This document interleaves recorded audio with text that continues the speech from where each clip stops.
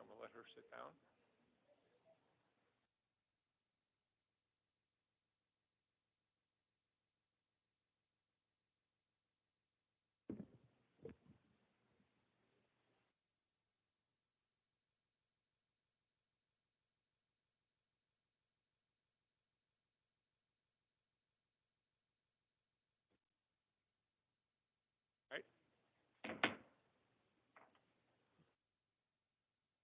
Thank you, and welcome to this evening's board meeting. We want to thank all those who are here in attendance and those who may be watching on the live stream. At this time, please rise for the Pledge of Allegiance. I pledge allegiance to the flag of the United States of America.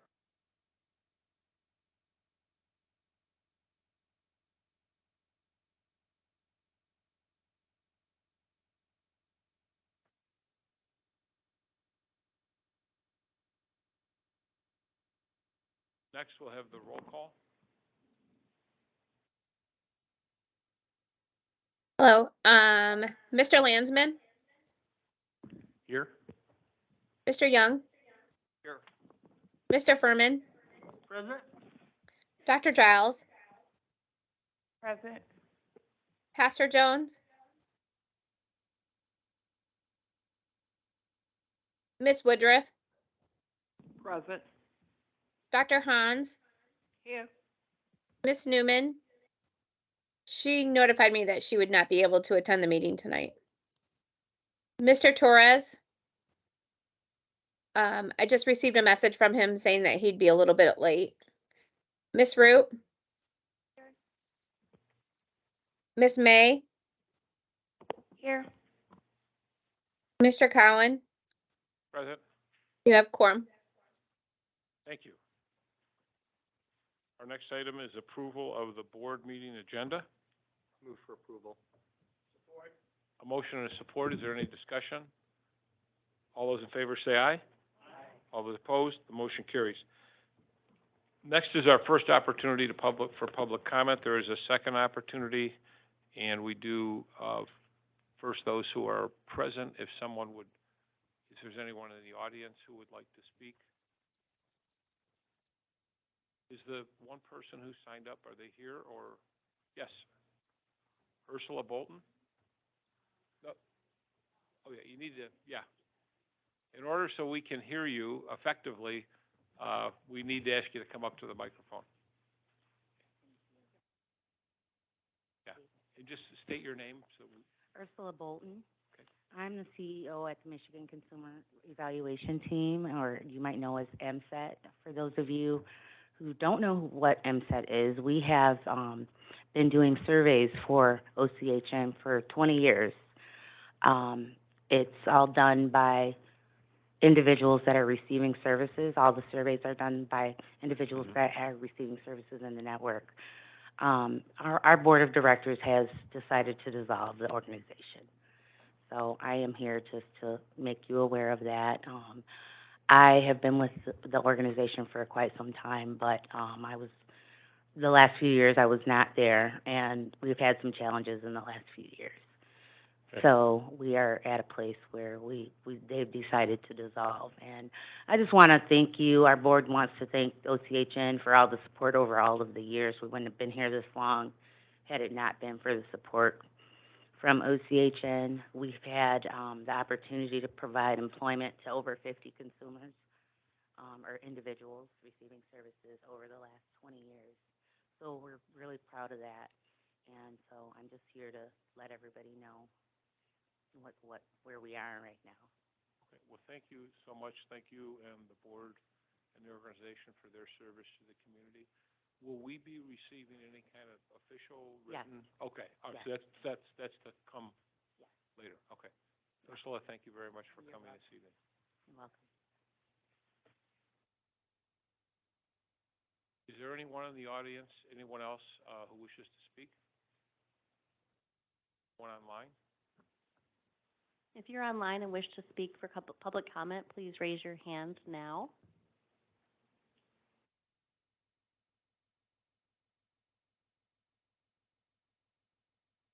No one? Okay, then we'll move on, and there is a second opportunity for public comment at the conclusion, near the conclusion of the meeting. We'll now move on to our regular agenda. The first item is reports. My report is very simple. We had our executive committee meeting late last month to go over the agendas for January, which was concluded, and then also December and partially January. Many of us attended the Tri-County meeting, which occurred I think it was earlier this month, where we heard from the head of all three of the county organizations in southeastern Michigan, as well as from our lobbyist about updates on Lansing and some that may get postponed because of the current status of affairs up in Lansing. And I will ask later to talk about our potential board retreat.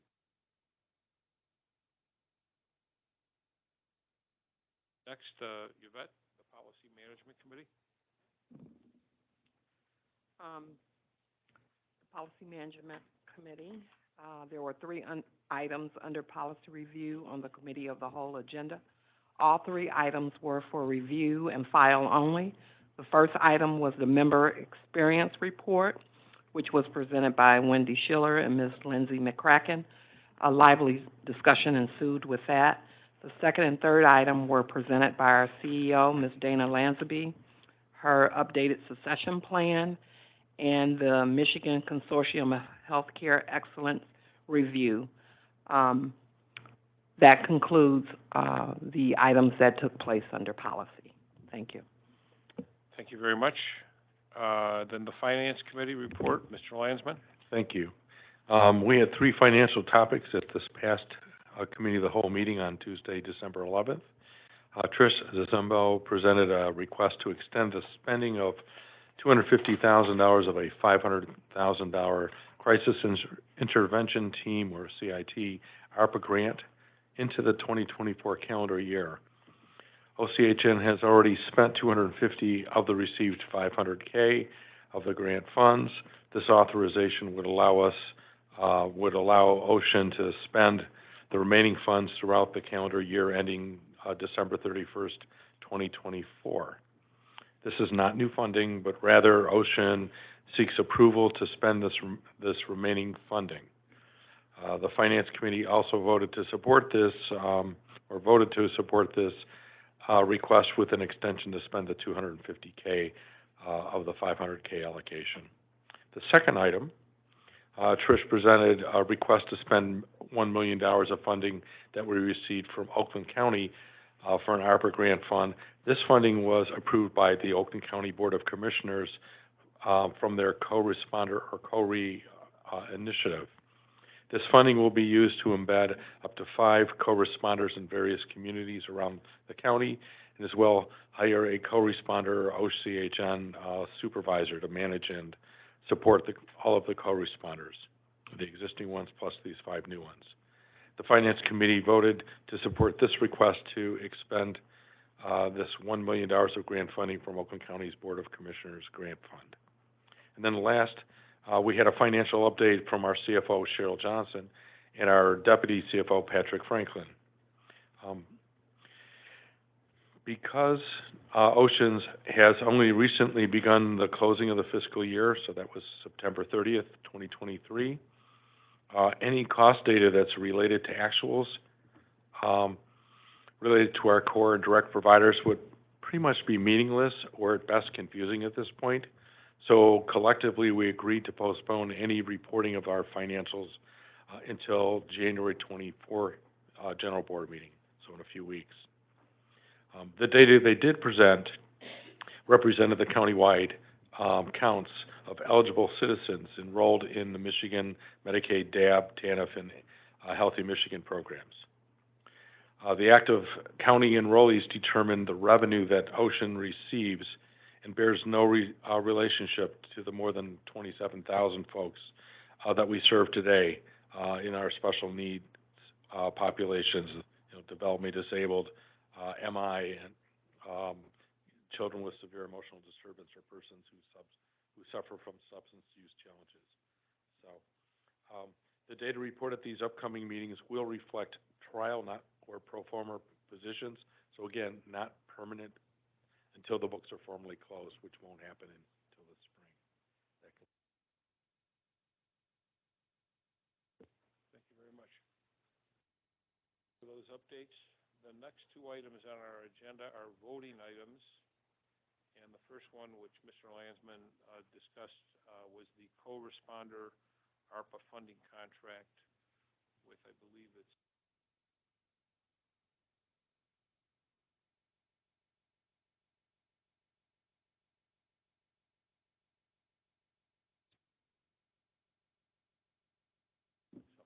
do we have a motion for, pardon me? Thank you. Support. A motion and support. For those who may not be familiar with this particular program, it's something we started on a pilot basis with Auburn Hills, Bloomfield Township, and Birmingham, which is providing those police departments with a mental health worker on site when there is a crisis. The police department and police agency remains in control of the situation, but when appropriate, bring someone in. And early results with our initial pilot program have been excellent.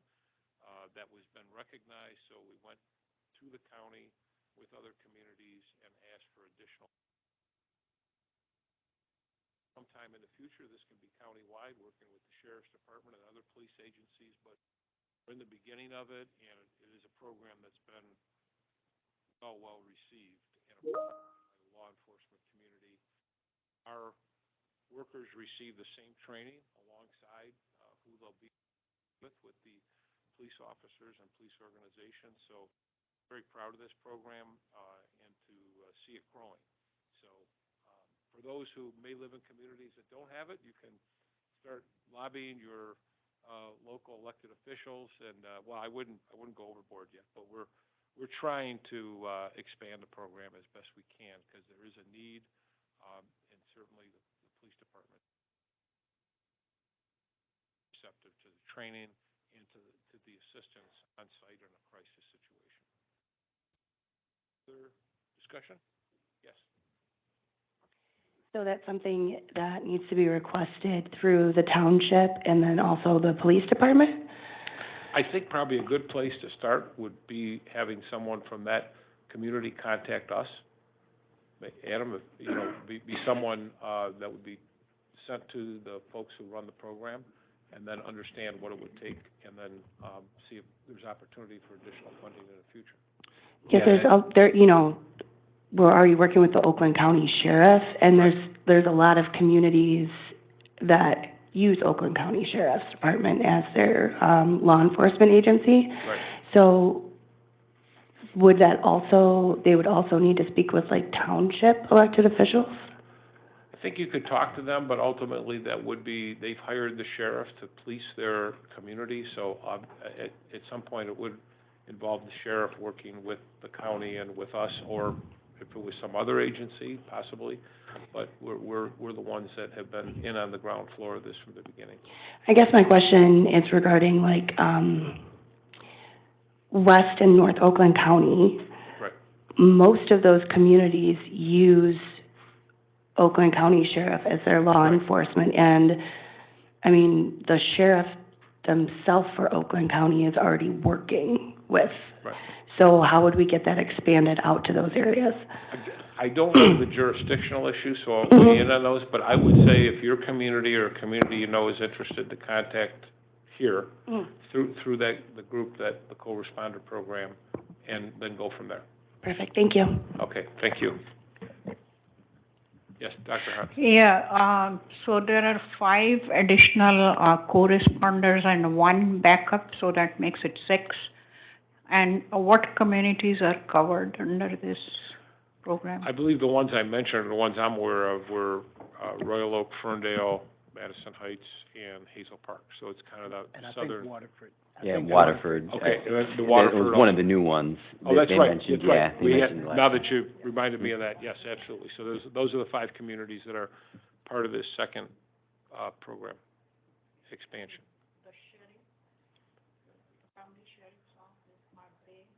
Not, I don't believe, Waterford, I believe, is that Sheriff's Department? Waterford, no, it's, No. Township Police, yeah. No, so, right, they're all independent, police agencies. And I think that, where the sheriff's office is in control, you can work it through them, but it's also good to work it through your township, trustee, your supervisor on that, and then take it to the county. Yeah, because ultimately, they're the ones that have to write the check to participate in the program, so you'd have to have not only the sheriff on board, but the local community, so. Anyone else? At this time, we have a motion and a support, so we do have a motion and support, right? Yeah, so we'll call for a roll call vote at this time. Sheila? Just a reminder that if board members could speak into the mic, there's a couple that are, we can hear you very clearly, Mr. Cowan, though. Okay, thank you. Mr. Landsman, Yes. Mr. Young, Mr. Furman, Yes. Dr. Giles,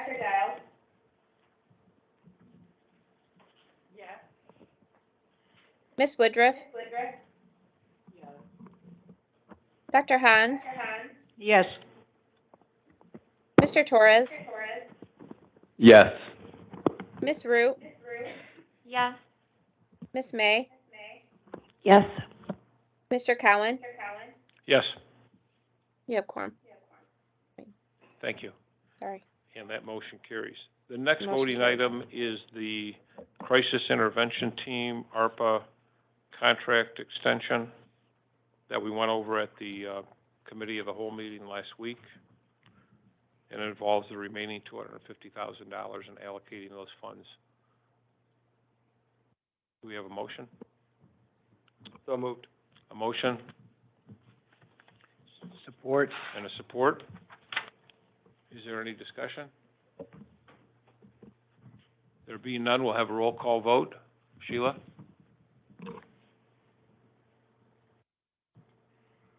I think I skipped Pastor Jones on that last vote. I'll say yes twice. Okay. Mr. Landsman, Yes. Mr. Young, Yes. Mr. Furman, Yes. Dr. Giles, Miss Woodruff, Yes.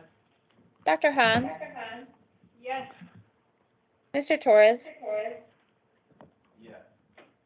Miss Root, Yes. Miss May, Mr. Cowan. Yes.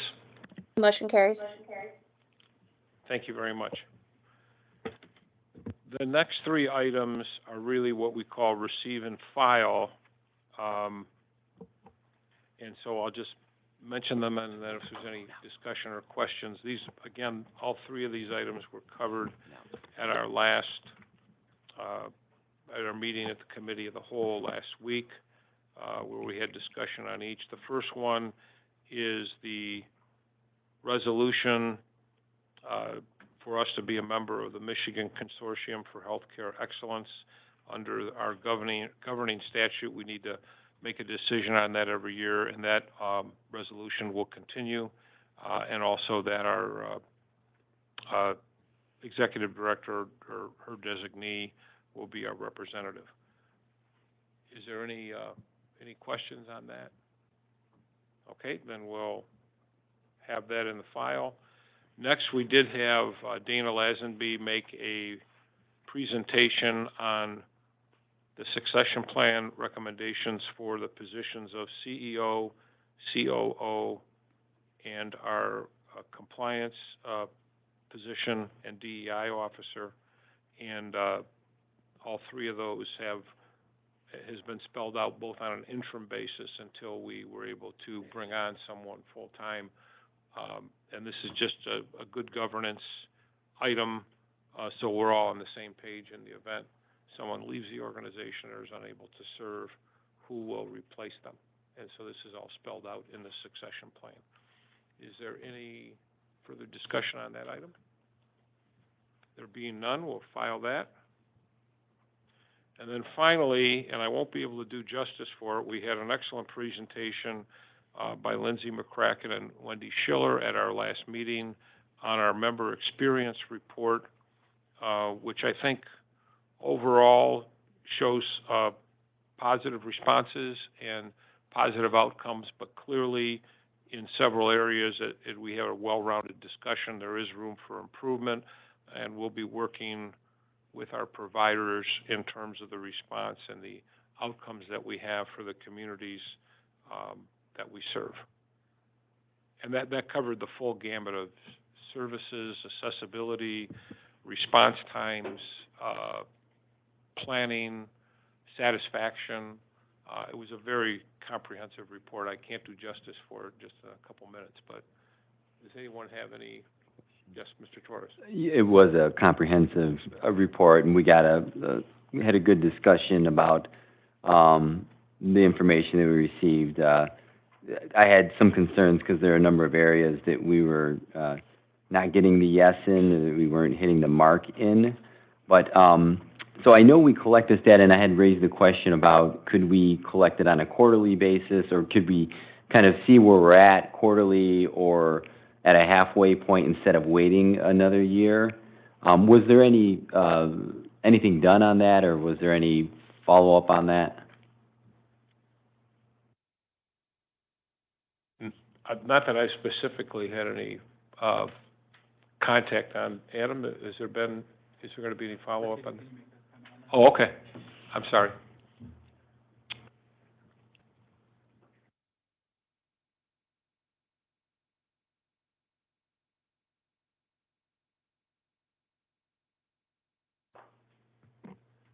We're going to be looking at our data points that are related to that, to all the different domains that are addressed in the survey, so that we can begin to understand where we can focus our efforts to try to improve more. So in terms of quarterly reports, we want to have enough time to be able to determine the impact of any changes that we make. And I don't know if we'd be able to do that if we did quarterly type of updates. Would we have to wait another year to find out, or is there like a halfway mark or something? I mean, I leave it at you with the data points. My request is what I was talking about at the committee of the whole meeting, was that we had something before the year, right? So that if we are making progression, we're making adjustments, that we're seeing some change, or we can move things over and figure out what we need to do to get to the point that we're looking to get to. So I think my interest is that that we're hitting the mark. We're meeting the goal, and it is a high goal in a lot of these categories, but that we're getting as close to that goal or meeting that goal in more categories over the next year. But I'm hoping to find out if we're headed in the right direction before we wait another year to see, to get a report back that tells us the same or even worse, hopefully not, but. So yes, that would be our intent as well, but the survey is administered annually. The survey administration is by a vetted vendor, but what we do believe is that if we are looking at some other indicators that contribute to satisfaction, we'll be able to gauge our progress along with meeting those questions in that survey. Mm-hmm. So we pay annually, so we have a vendor, and that's part of the deal then? They just do it annually? They couldn't do more surveys? So we are contracted with them to provide this service annually. And I do see that Mr. Hooper has his hand up. Okay. Oh, Actually, Marquita, I think you covered everything I was going to say. Thank you. If I could, I think part of it might be cost. of having to do that again. However, if you could, would it be possible, like, in the next quarter or next 3 months from now, you could give us an update just of what's being implemented, and then perhaps at the half year, 6 months from now, be able to tell us from those other indicators what you're seeing, and if that requires a course correction or if it looks like you're going on the right path. Is that possible? Yes, absolutely, we can do Okay. that. All right. Mhm. Sheila, make note of that for the calendar, and I know you'll remember. John, Yep, Mr. Torres, I'll remember. is that good to? That sounds, That's yeah. good. I think that's a good plan. We know you're gonna implement something, because there were some areas that we have to correct, or take some action. I think as I look back at them, all of them were passing grades, but as my father used to tell me, I only pay for A's and B's, I don't pay for C's. Right, right. We didn't have too many C's, but those are ones that took note, so. Okay. Okay?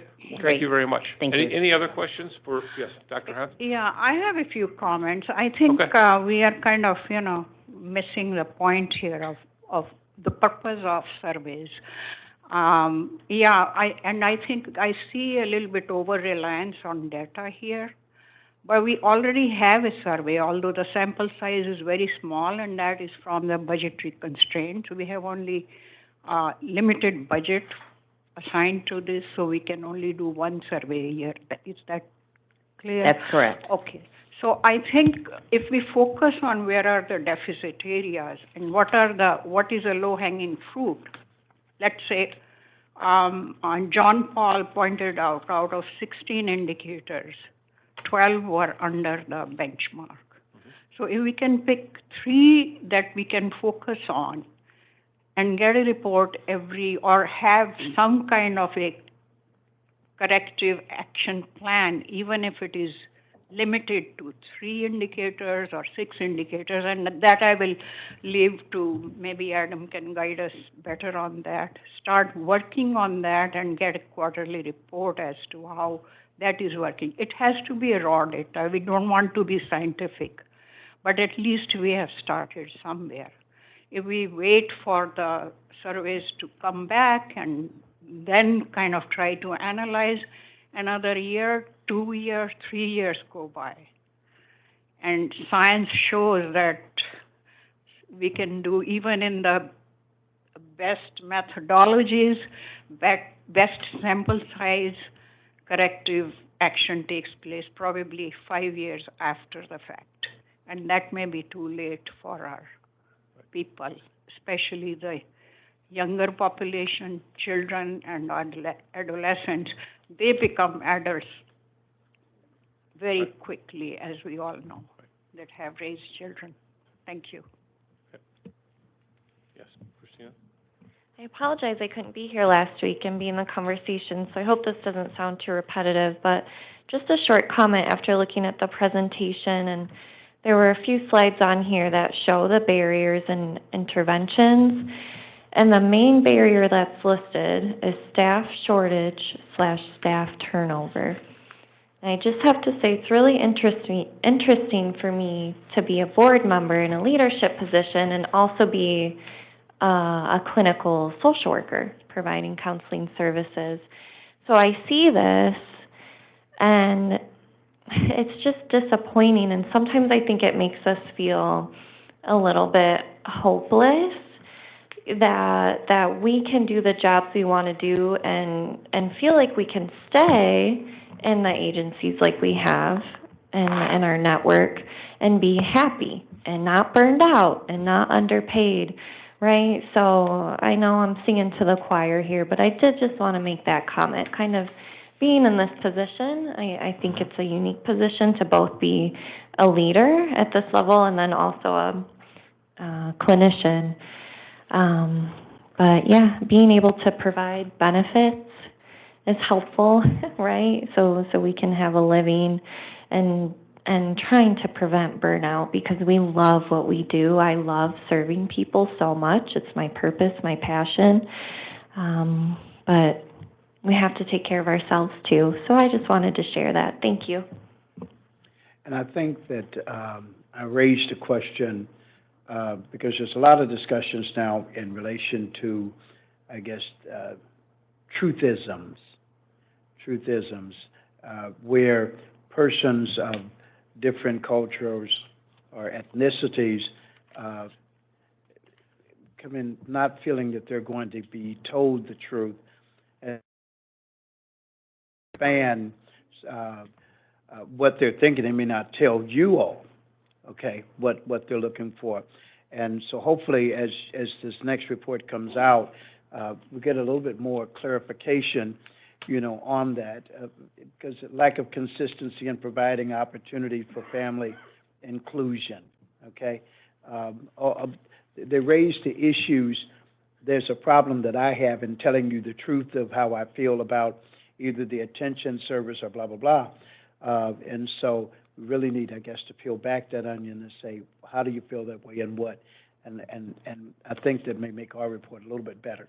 So whoever the persons are taking the data, if they could really look at that, I think that would be good. Thank you. We'll, make a note of that. Thank you. Is there anyone else? I think between our meeting last week and tonight, you've got plenty to sort out. But I think based on what you've done in the past, you and the team will come up with a good proposal of how you're going to proceed and make some course corrections in some of these areas with our vendors, because this isn't done independently. It's not us doing everything in the work in the field that's being surveyed. So that's something that's very important to us, and I'm sure you'll follow through and give us an update at the 3 and 6 month mark. Yes. Okay. Yes. Okay. Thank Thank you you. very much. Thank you. All right. Yeah, sure. I want to point out to folks listening in, we also do have a survey that's on our permanent website. So at any time throughout the year, you can go out there and answer questions. And that helps as further input to us in terms of determinants of health and other activities. That's all. Thank you. And let me say off that support as well, thank you. And I mentioned at the last meeting, I think the staff does an excellent job, on this. This is just a big issue right now. And I think that we should be aware of it and maybe get ahead of it. Okay, thanks. Okay, thank you. Thank you. Mr. Cowan, this is Sheila. So 3 and 6 months, just so I get that clear.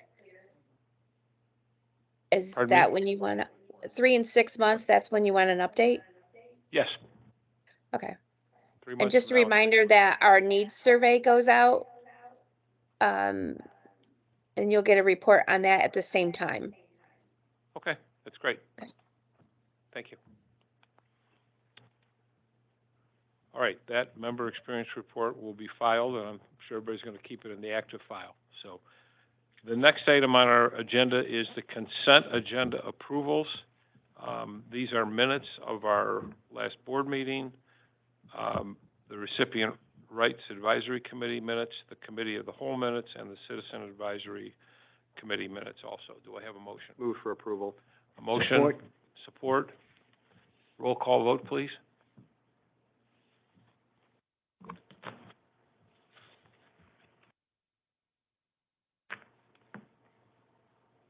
Sorry. Miss May. Miss Root. Yes. Mr. Torres. Dr. Hans.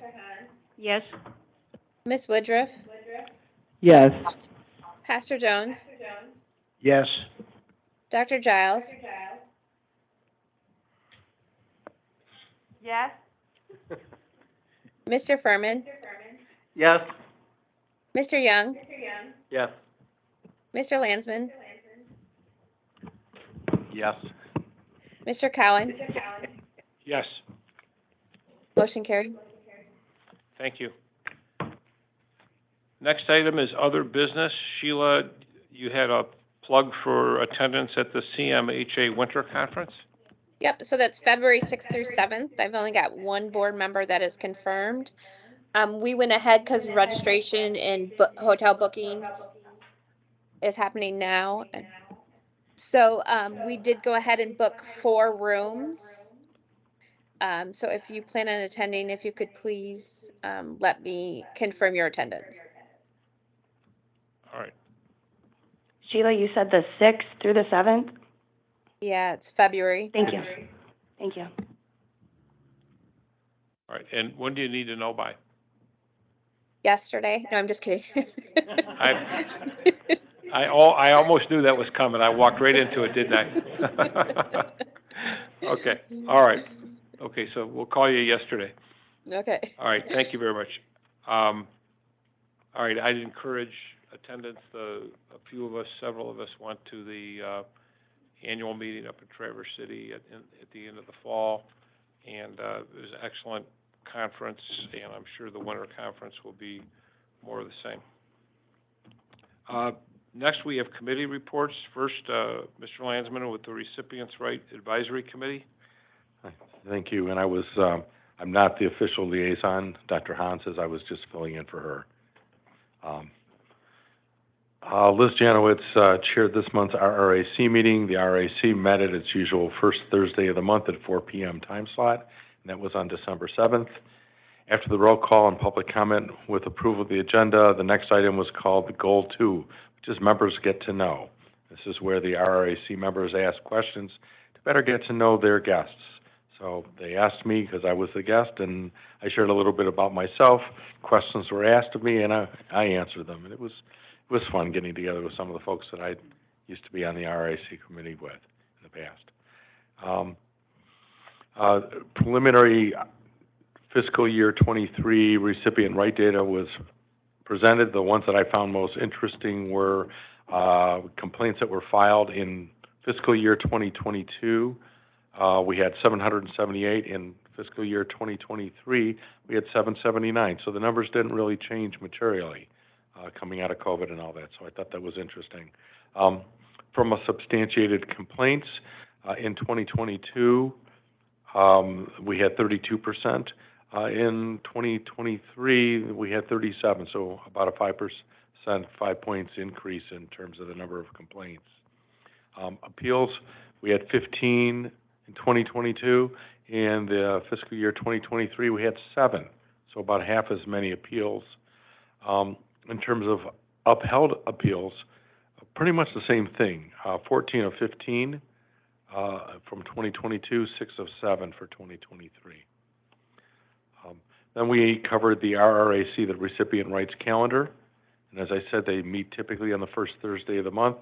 So this year's calendar, and they do that, they're going to meet the same thing first Thursdays of the month at 4 o'clock, except in July when they don't meet because it's just too close to the 4th of July. And then as well, because of a holiday conflict, the October meeting will be held on Tuesday, October 1st. So, for site visits, they do scheduled provider on-site reviews on a fiscal year basis. Each provider is reviewed annually on a 365-day cycle with a 30-day grace window. So OCHN has just started that process up, and we have roughly 470 providers to visit throughout the year.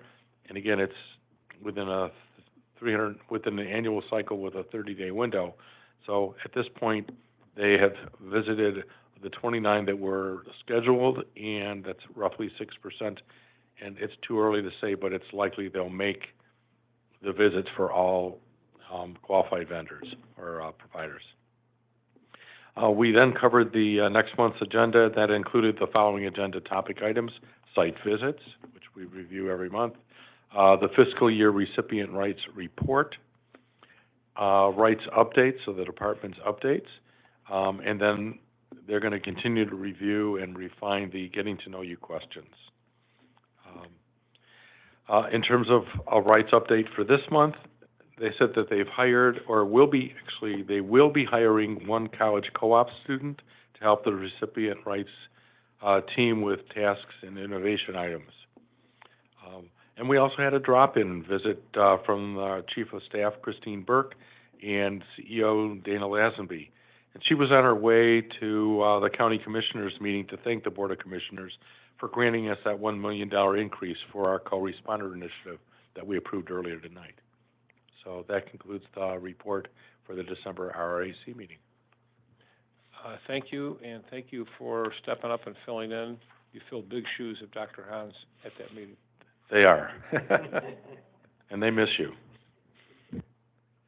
Thank you. And now, Christina Root with the Citizens Advisory Committee. Okay. In our previous general board meeting, I already presented the November CAC report. And for December, the CAC meeting is scheduled for tomorrow at 9:30 a.m. So I will be following up with a report next month for us. Thank you. Okay, thank you. Next item is second opportunity for public comment. Is there anyone in the room who wishes to speak? There being no one, anyone online or streaming? If you're online and wish to speak to public comment, please raise your hand now.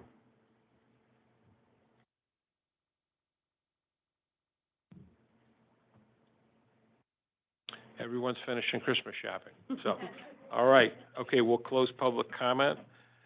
Normally, this is opportunity for our director, Dana Lazenby, to give her report. She did give us a written report. Adam, is there anything of note you want to? No additions. It'll all be in that written report. Okay. I do want to just quickly cover, I think, 3 items in the report because Dana kind of gave us an overview of some important things that happened. And in reading this, a couple things struck me. First of all, crisis calls. OCHN crisis service providers responded to 46,841 calls in the fiscal year 23. That's a significant amount of work that's done by our providers, and we thank you and all those involved in the organization for responding to those crisis calls. Next, there was an expansion of the Save a Life station. This is where we provide free and open access to such items as Narcan doses, fentanyl testing strips, safe disposal kits, and to date, we've established, working with the communities and our partners, 71 Save a Life stations have been deployed in the county with the goal of 100 by September of 2024. And then finally, and this is a very positive development, OCHN launched the Youth and Family Care Connection Program, which is located at our Resource and Crisis Center.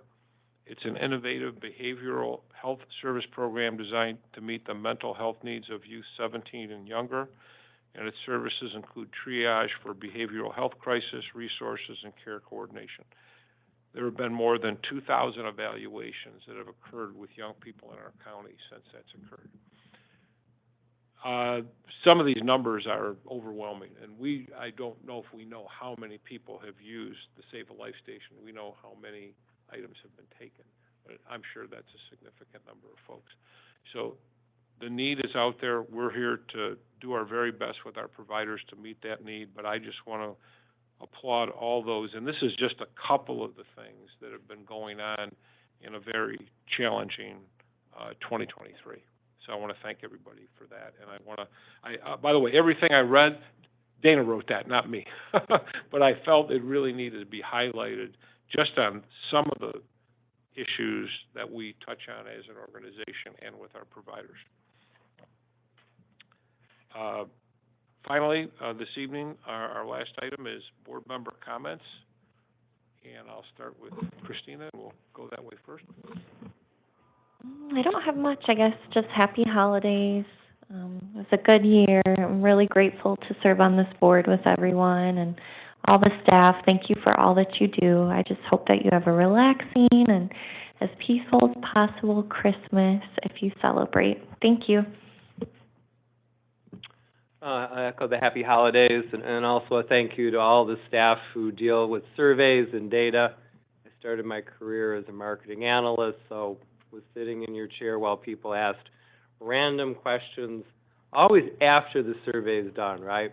So thank you for your patience and tolerance.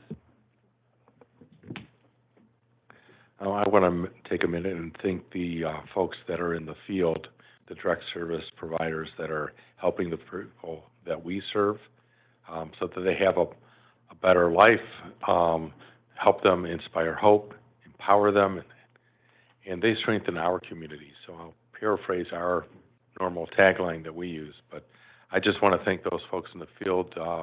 You know, we see the folks in the staff and we thank them all the time, but we don't always see those in the field. So I just want to say thank you guys. It's not an easy job. We know it. It's not easy for the people we serve either. So I'm very much appreciative for all the efforts that you guys do. So thank you. Let me wish everybody happy holidays as well. And I'd like to comment on the Narcan that the Alliance has done. I tell you what, that is one of the greatest things out, and the number of lives that it saves is just astronomical. And my hope is that it will continue to expand past the number 100 goal that they have. Being at 71 at this point, I think that's excellent. But I want to compliment the group because they repack the units almost every Tuesday, once a week, and so it's really great lives that they cover, not just the Narcan itself, but the strips also, drug test strips. So I want to compliment them on that. Secondly, kudos to OCHN for sharing their COVID packs, home test packs, to the community. You know, they pass those out to Oakland County Health, and they've spread them out throughout Oakland County, and what a great effort that has been. And with COVID being on the rise, it's great that they have those packs out there. And then thirdly, and it does mean for the staff and all that you guys do, the community outreach and visibility. Community outreach and visibility, the lives that you touch, the information that you share, the groups that you call together. I tell you what, it's a definite benefit, and it shows, I think it shows in the results of what's happening here as we get to discuss it around the board. So for everything that you guys do, I want to say thank you, and certainly to everybody, you know, happy holidays and all of that, and enjoy it, and get back to work.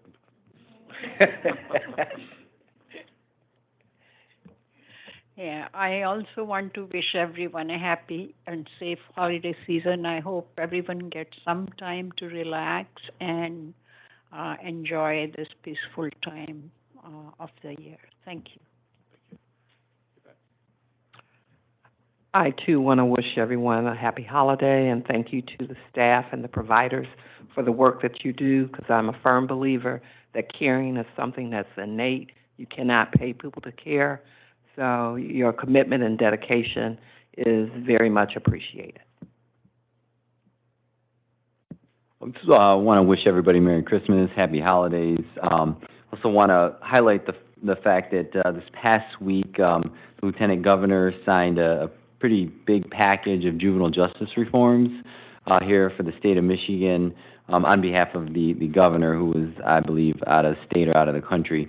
But it's going to include a number of major reforms, but some of the hallmark ones are screening tools and needs assessments for youth offenders that come into the youth justice system, specifically before a youth can be sentenced, or what they call disposition in juvenile justice.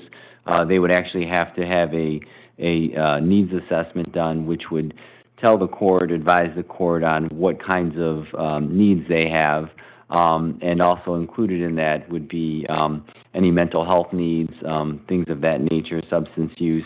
Also, there's going to be more of an emphasis and money coming from the state on diversion programs. So that would mean youth who, instead of putting them into the youth justice system in the court process and starting an inquiry, which would be like formally filing charges in adult courts, but for youth, now we would find programs to divert them to and put a time limit on those diversion periods. So it's supposed to be about 3 months, and instead of putting them in a detention facility, or putting them on probation, we could find programs from the new community service, receiving counseling, put provisions in place. So it's going to be pretty big and pretty profound. I think community health organizations like OCHN and our counterparts across the state are going to be a big part of this and helping the courts determine what kinds of tools they would be best practices to use for the screenings, for the needs assessments, for the mental health. So it's exciting stuff, but I just wanted to put that on your radar because I think it's really going to help kids and families in our state. Thank you. I just want to wish everybody happy holidays, and that's it.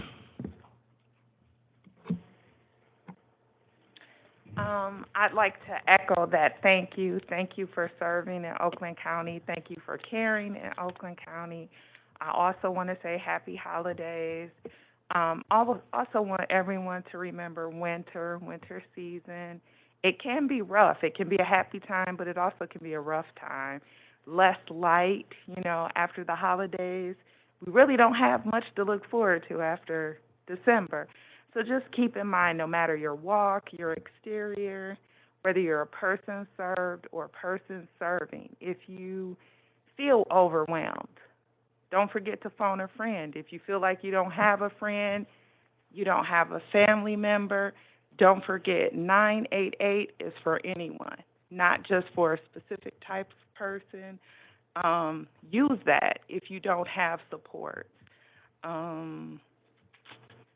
I think there was one more other thing. Oh, last thing. During this season, the winter season, not just the holiday season, just remember a smile or a head nod if you're a mask wearer like me, or raising your eyebrows. It makes all the difference because we never know what someone is going through, and we never know how we can make an impact. So, thank you.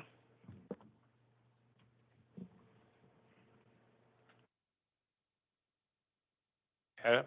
Yes, and I'd like to wish first of all, thank the staff and the people within the provider network, both staff there and direct service providers. Thank you for your hard work, and I also want to wish everyone at OCHN and both OCHN and the provider network just to have a blessed and healthy holiday season, and see you in 2024. Thanks. Thank you. I too want to thank our organization, its leadership, and all of our employees, our providers, for all the important work that you do in servicing the communities that we all serve together. And also I want to thank this board. We have been through a tumultuous year. There were personnel changes, there were different things that came up, there were financial issues, but what it showed, the reaction of the board, what I saw, was a deep concern for all those things that we are entrusted with the governance. We all come with our backgrounds. In fact, by law, we're supposed to have different backgrounds in terms of providers or families that receive services and others. And we bring that all to the table, and it works. And I'm very pleased to be part of this board, and I look forward to helping, steer the ship next year. I don't know if it's going to get any easier, but I know that this board is up to the challenge, and I'm very pleased to know that. And I was reminded of those we serve and the inspiration that they are to us. I happened to go to a battle of the bands where our own Adam Genove was a bass player, and he is the quintessential bass player, no emotion. Looked like he'd be up there with the Rolling Stones, and my daughter was also in a band that night. But in a band between those two bands was an amazing young man, Jordan, who is autistic and blind, was the keyboard player and one of the two lead singers for this band, and Jonathan was there. And if you weren't inspired by this young man and by the band itself, interplaying, with him, and you could see the connection that they had, a truly inspirational story. And it couldn't have come at a better time of the year for me and anybody who was there. I just wanted to share that. We will continue to have, the stories that inspire. We weren't able to do that today, but we'll do it again in the future, because truly the people we work with are inspirational and have achieved so many successes, and we're glad to be a small part of that success. The one business item before we conclude, most of you responded to the request about the potential board retreat, and it looks like the date that most people, the best date is February 3rd. So if those of you who maybe haven't responded, if you could let Sheila or I know before the end of the week, because then we have to do the planning for it. And I'd also like to hear from all of you, and if I don't, I'll start calling you after the first of the year about some topics that we want to have. I think a couple of them maybe generated off the report that we talked about earlier tonight and those types of things, but certainly other issues, and that'll be a good time at that retreat. So, again, to all, Merry Christmas, Happy New Year. We'll see you in 2024. At this time, I'll have a motion for adjournment. Motion, support, all those in favor? Aye. We are adjourned for 2024. 2023, into 2024. Yeah, if the chairman could get the year right, we'll be in good shape, so.